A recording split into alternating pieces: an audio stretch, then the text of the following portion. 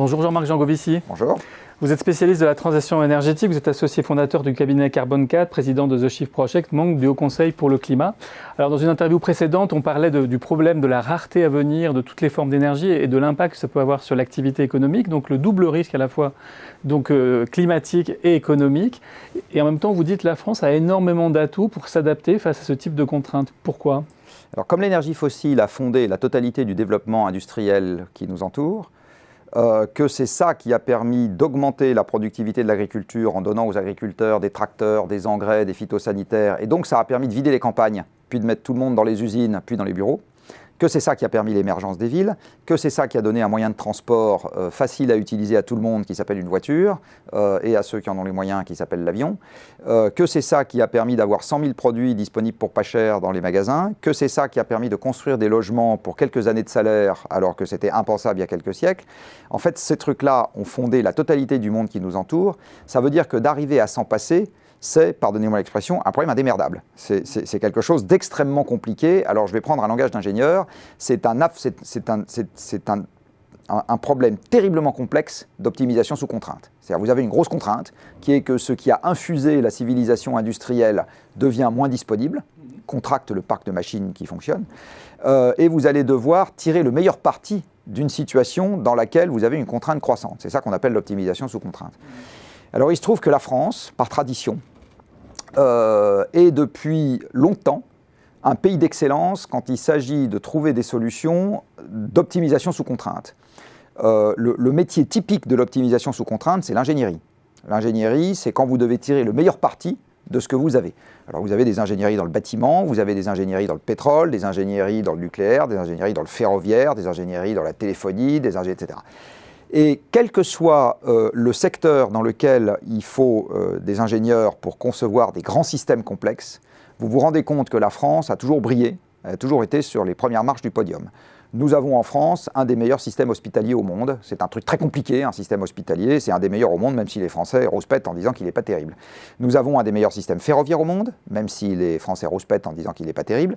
Nous avons encore pour le moment un des meilleurs systèmes électriques au monde, même si les Français disent qu'il n'est pas terrible et qu'il faudrait le transformer. Nous avons un des meilleurs, nous avons formé les meilleurs ingénieurs pétroliers, Technip et Schlumberger, qui sont deux grandes ingénieries mondiales, avant de se faire bouffer l'une et l'autre par les Américains, ont été fondées par des Français. La plus grosse ingénierie ferroviaire au monde est française, Systra. Dans l'eau et dans les services urbains, nous avons les deux plus grosses ingénieries mondiales. Donc quand il s'agit de faire des gros systèmes complexes à large échelle, les Français sont très bons. Et donc si je rapproche ça du problème à traiter, qui est un monstrueux problème d'optimisation sous contrainte, j'ai envie de dire, fonçons, c'est fait pour nous.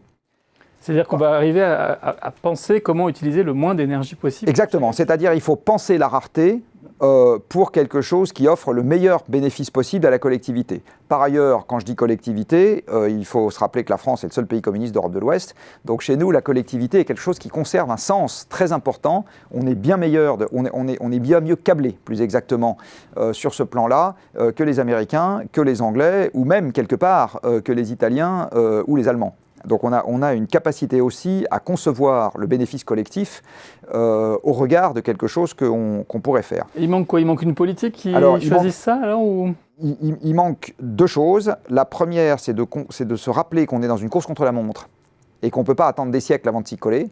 Parce que la course contre la montre, c'est l'épuisement des combustibles fossiles et c'est le changement climatique.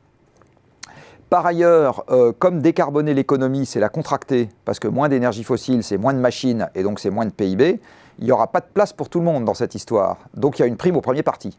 Donc, vous voulez dire parmi les pays, vous voulez dire ? Oui, donc je préfère que ce soit moi, France, plutôt que les voisins. Un égoïsme bien compris.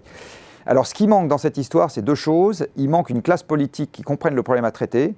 Donc la jeune activiste Greta Thunberg a raison de dire « Nous, on a fait notre travail à la maison, que les politiques fassent le leur. » Et donc il est urgent qu'ils prennent le temps,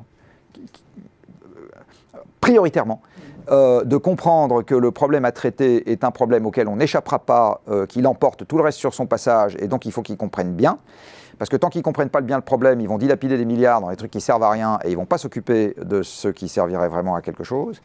Et il est urgent de comprendre aussi que dans une économie qui va se contracter, il faut avoir un critère de tri qui soit lisible à opposer à la population pour dire ça je prends, ça je prends pas, ça je prends, ça je prends pas. Exactement comme le temps qui n'est pas extensible, il faut que vous ayez un critère lisible pour dire à vos enfants ça oui, ça non, ça oui, ça non, parce qu'ils ne peuvent pas tout faire en même temps.